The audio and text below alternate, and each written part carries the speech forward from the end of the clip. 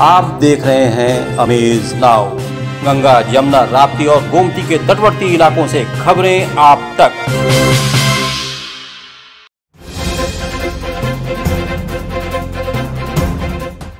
नमस्कार, सत्य घटना के नए अंक के साथ मैं युक्ता। शुरुआत करते हैं आज की मुख्य घटनाओं से। बढ़ती गर्मी और तेज हवाओं से दू दू कर जल रही खेतों की खड़ी फसल। फर्जी कंपनियों के नाम पर ठगी कर रहे गिरोह को पुलिस ने किया गिरफ्तार। दवा के दामों और जीएसटी में हो रही वृद्धि के विरोध में यूपीएमएसआरए का विरोध प्रदर्शन। प्रधानमंत्री स्वनिधि योजना की गोरखपुर जिलाधिकारी ने की समीक्षा बैठक। और घाघरा नदी में नाव पलटी, 13 वर्षीय किशोर की तलाश जारी। सत्य घटना विस्तार। बढ़ती गर्मी और तेज हवाओं के कारण गेहूं की खड़ी फसल के आग लगने की घटनाएं बढ़ने लगी हैं। ऐसे में गोरखपुर का फायर विभाग कितना मुस्तैद है और क्या आग लगने पर निपटने के इंतजाम हैं, देखिए इस रिपोर्ट में। धू धू कर जल रहे इन खेतों में खड़ी फसल को देखिए। ये नज़ारा आपको आए दिन किसी न किसी गांव में देखने को मिल जाएगा। कभी खेतों के ऊपर से गुजर रहे हाई वोल्टेज तार से निकली चिंगारी और कभी किसी की लापरवाही से गेहूं की खड़ी फसल धू धू कर जल रही है। ऐसे में क्या है फायर विभाग की तैयारी और इसको रोकने के इंतजाम, इस पर सुनिए क्या कहा अग्निशमन अधिकारी ने।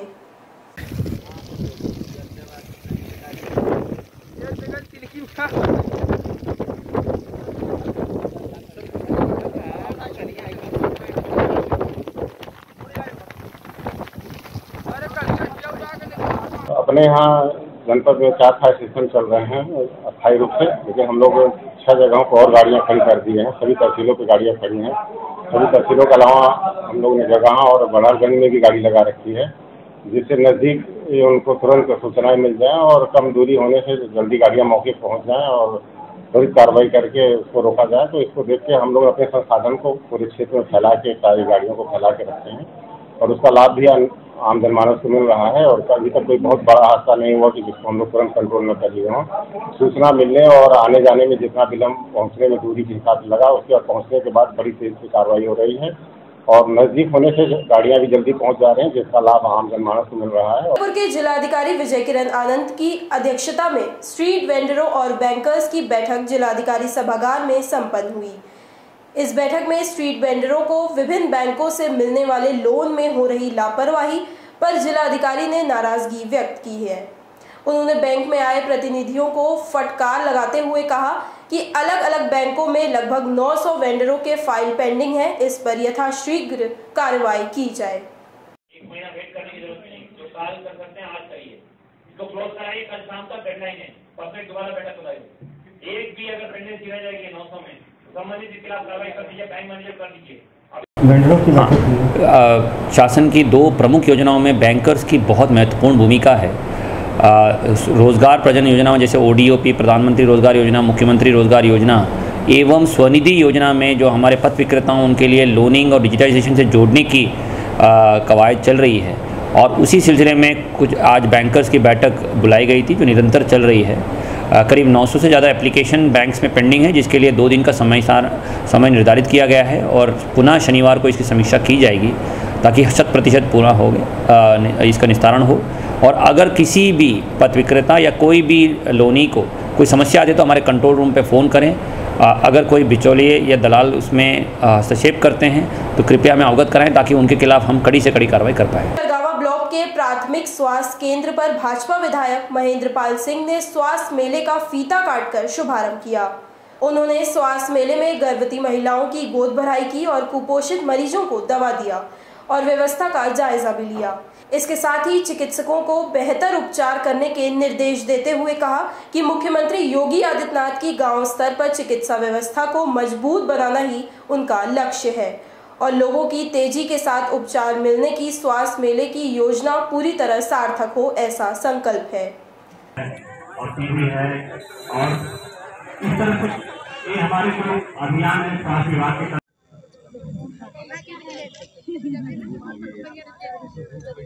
देखिए, आज़ादी के अमृत महोत्सव ये हर ब्लॉक में पूरे प्रदेश में ये कार्यक्रम आयोजित किए गए हैं आज़ादी के 75वें वर्ष में।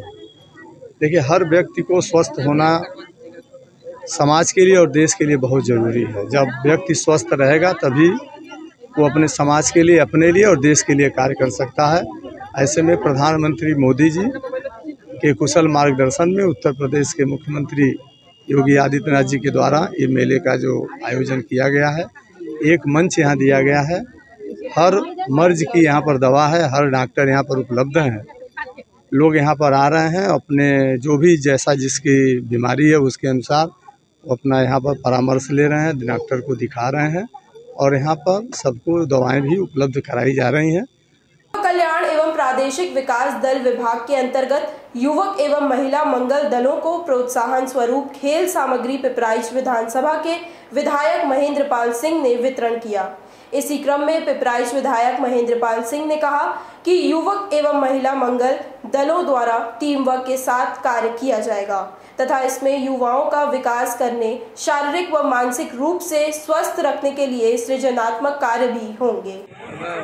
नरुद्दीन चक से इनको खेल सामग्री देके हमारे एडिशनल सीएमओ स्वास्थ्य विभाग डॉक्टर नंद कुमार साहब द्वारा वितरित किया जाएगा। देखिए, मैं तो अगर ये कहूँ कि बहुत से ऐसे विभाग थे जो विलुप्त हो गए थे और मैं कह सकता हूँ कि चाहे वो पर्यटन के क्षेत्र में उत्तर प्रदेश रहा हो या खेल कूद में रहा हो, लेकिन जब से उत्तर प्रदेश में 2017 से योगी आदित्यनाथ जी के नेतृत्व में भारतीय जनता पार्टी की सरकार बनी है, तब से आप देख रहे होंगे कि खेलो इंडिया खेलों के तहत किस तरह से उत्तर प्रदेश में हमारे मुख्यमंत्री जी ने कहा है कि हर गांव में जिम की व्यवस्था कराना, ओपन जिम की व्यवस्था कराने के लिए, खेल कूद मैदान की व्यवस्था कराने के लिए, मिनी स्टेडियम के लिए, कि जब हमारा युवा गांव में जब उनको ये सब व्यवस्थाएं उपलब्ध कराई जाएगी तो उससे वो अपने आप को जोड़ करके वो बच्चा जब वहाँ पर वो लाभ प्राप्त करेगा तो निश्चित है आगे चल करके वो देश की भी सेवा कर सकता है और समाज की भी सेवा कर सकता है। तो उस क्रम में एक बहुत बड़ी योजना कि हर गांव। फर्जी वेबसाइट और फर्जी कंपनियों के नाम का प्रयोग कर रहे हॉलीडे पैकेज का ऑफर देकर लोगों से ठगी करने वाले गिरोह के 6 सदस्यों को गोरखपुर की कैंट पुलिस ने गिरफ्तार किया है। पकड़े गए ठग अलग अलग शहरों के होटलों में रुककर वेस्टर्न इंटरनेशनल क्लब नाम की कंपनी के नाम पर ठगी की घटना को अंजाम देते थे। पुलिस में पकड़े गए ठगों के पास से लैपटॉप, मोबाइल और नकदी भी बरामद की है।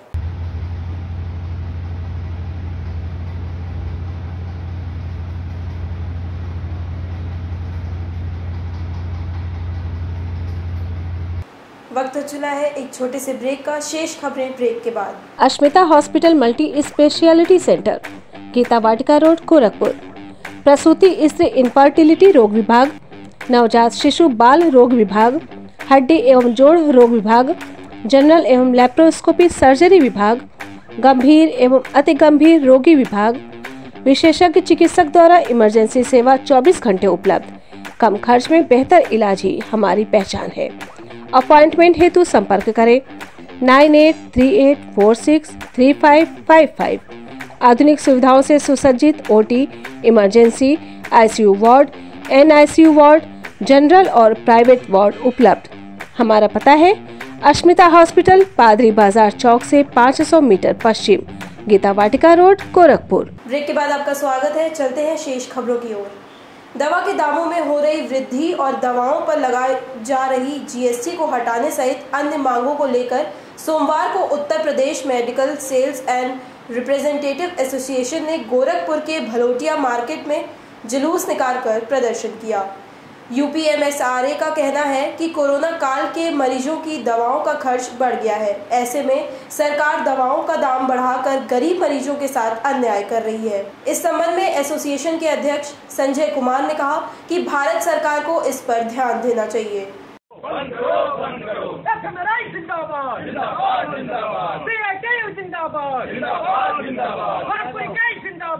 लोग आज पूरे भारत में जिस प्रकार से सरकार ने जनता को ध्यान में, गरीब जनता को ध्यान में नहीं रख रहा है और लगातार दवाओं के दाम में सरकार ने निर्धारित किया है कि अभी हम 10% जो है दवाओं का दाम बढ़ाने जा रहे हैं।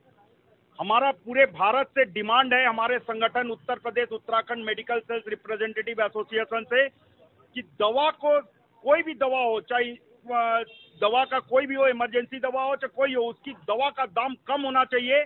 और दवा लोग अपनी खुशी से नहीं लेता है, दवा लोग जब मजबूर हो जाते हैं, मजबूरी होता है। और ये लोकतंत्र देश होने के नाते यहाँ पर सरकार को दवा के ऊपर से कमाई नहीं करना चाहिए, जीएसटी नहीं लगना चाहिए। गोरखपुर नगर निगम सदन की 24वीं बैठक सोमवार को नवनिर्मित सदन हॉल में गहमा गहमी के बीच आयोजित हुई।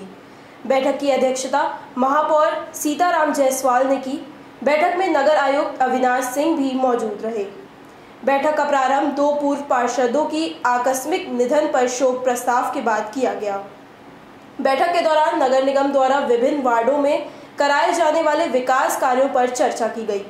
बैठक के दौरान पार्षदों ने वार्डों में रुके हुए कामों पर कड़ी नाराजगी जताते हुए जमकर हो हल्ला किया।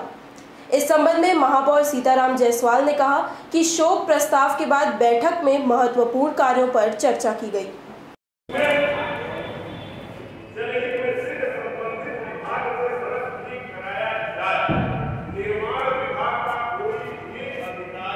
नगर निगम सदन की 23वीं बैठक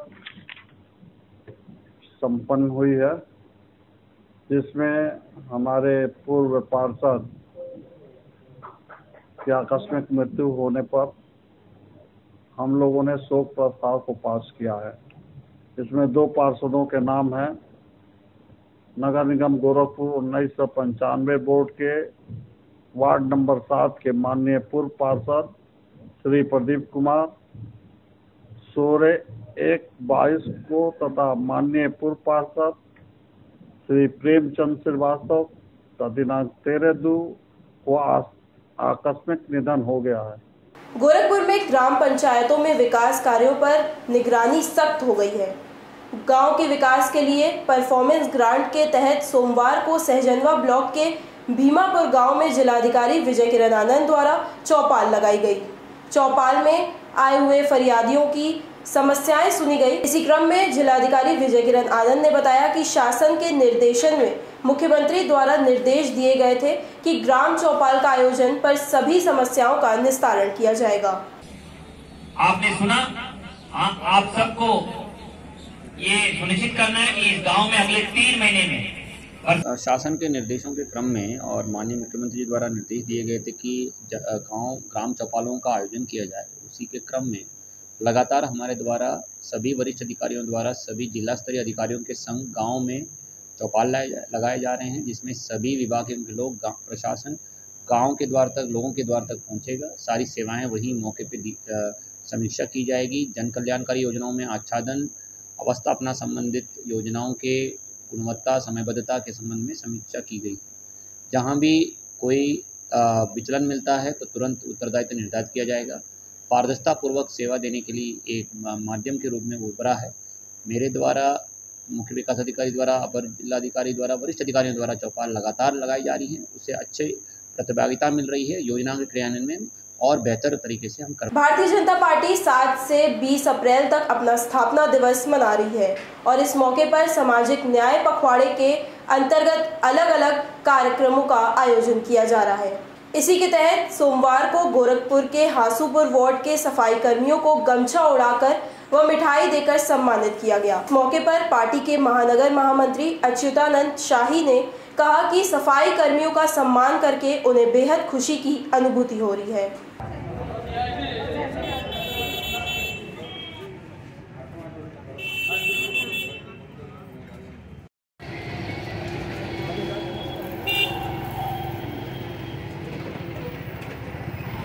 आज भारतीय जनता पार्टी स्थानीय निकाय प्रकोष्ठ के माध्यम से जो स्वच्छता कर्मी हैं उनको सम्मानित करने का कार्य कर रही है। यह स्वच्छता कर्मी समाज को जो स्वच्छ भारत मिशन के अंतर्गत यह स्वच्छता अभियान में सहयोगी प्रदान करते हैं। लोगों के घरों को स्वच्छ और सुंदर बनाने का कार्य करते हैं और जब देश और समाज स्वच्छ रहेगा तभी स्वस्थ रहेगा। इसी निमित्त आज स्थानीय निकाय प्रकोष्ठ के द्वारा इस स्वच्छता कर्मी को सम्मानित करने का कार्य भारतीय जनता पार्टी के द्वारा पूरे महानगर में सभी 10 मंडलों में और सभी बूथों पर भारतीय जनता पार्टी यह कार्यक्रम आयोजित कर रही है। और गोरखपुर के DTI चरगावा के कलेक्ट्रेट में चतुर्थ सड़क सुरक्षा अभियान की शुरुआत की गई। RTO अधिकारी अनीता सिंह और विधायक महेंद्र पाल सिंह ने जागरूकता वाहन को हरी झंडी दिखाकर रवाना किया। सड़क पर हादसों को रोकने के लिए जागरूकता वाहन को शहर में भ्रमण पर निकाला गया। इसी क्रम में RTO अधिकारी अनीता सिंह ने बताया कि जिले में लगातार सड़क हादसे हो रहे हैं और ये हादसे ट्रैफिक नियमों का पालन न करने की वजह से होते हैं, जबकि सीट बेल्ट न लगाने या हेलमेट न पहनने पर ट्रैफिक पुलिस उनका जागरूक हो, उसके लिए पुलिस प्रशासन ने चतुर्थ सड़क सुरक्षा सप्ताह मनाया है।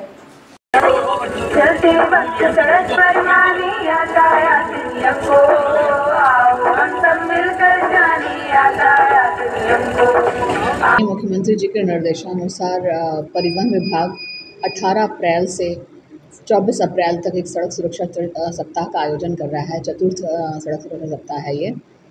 उस पर हमारे नवनियुक्त जो परिवहन मंत्री हैं श्री दयाशंकर जी, उनके द्वारा ये बड़े निर्देश दिए गए हैं कि इस बार के सड़क सुरक्षा, वैसे तो हर बार परिवहन विभाग तत्पर रहता है और इस बार का सड़क सुरक्षा सप्ताह का मेन उद्देश्य है कि जन जन में जाकर इन सड़क सुरक्षा के नियमों के प्रति जागरूक करना, ताकि जो सड़क सुरक्षा का महत्व है, जो सड़क सुरक्षा का मोटो है कि दुर्घटनाएं कम करना, उससे लोग प्रति जागरूक हों, क्योंकि सड़क दुर्घटनाएं लगातार बढ़ रहे हैं। उसका सिर्फ एक वजह है कि नियम कानून का ना पालन करना। जन जागरूकता एक अभियान के रूप में इसको आयोजित किया जाए, ये हमारे परिवहन मंत्री जी की मंशा है। इसी उपलक्ष्य में आज हमारे यहाँ विधायक विपराइच श्री महेंद्र बलिया में रविवार की शाम गेहूं की कटाई कर वापस घर लौटते वक्त सरयू नदी में नाव पलट गई। नाव में 14 लोग थे सवार। इस घटना में एक 13 साल की बच्ची भी बह गई है, जिसकी तलाश जारी है। कुछ लोग तैरकर बाहर निकल गए, वहीं कुछ लोग को स्थानीय लोगों ने बाहर निकाला। सहतवार थाना क्षेत्र के TS बंधे के पास के सरयू नदी की घटना बताई जा रही है।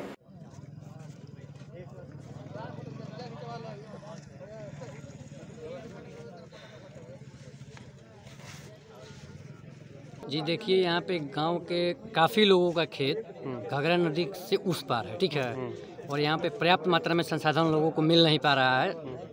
शासन के द्वारा भी लोग अपने निजी व्यवस्था करके जा रहे हैं, अपना गेहूं कटवा रहे हैं और लेके आ रहे हैं, बहुत सारी समस्याओं को झेल रहे हैं। शासन से कोई व्यवस्था इन लोगों को पर्याप्त मात्रा में नहीं मिल रहा है। क्या घटना? इसी अभाव में ये लोग अपने से जो छोटी वाली नाव थी, इसी से लोग गए थे अपना गेहूं काटने के लिए।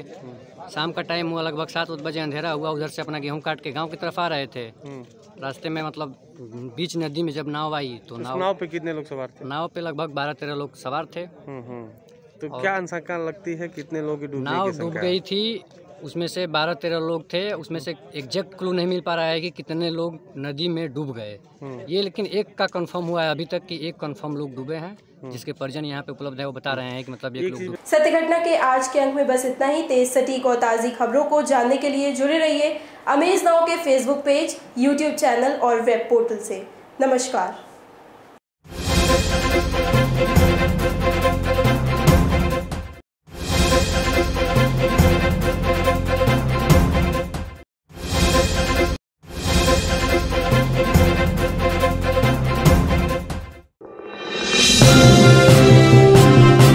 आप देख रहे हैं अमेज नाउ। गंगा, यमुना, राप्ती और गोमती के तटवर्ती इलाकों से खबरें आप तक।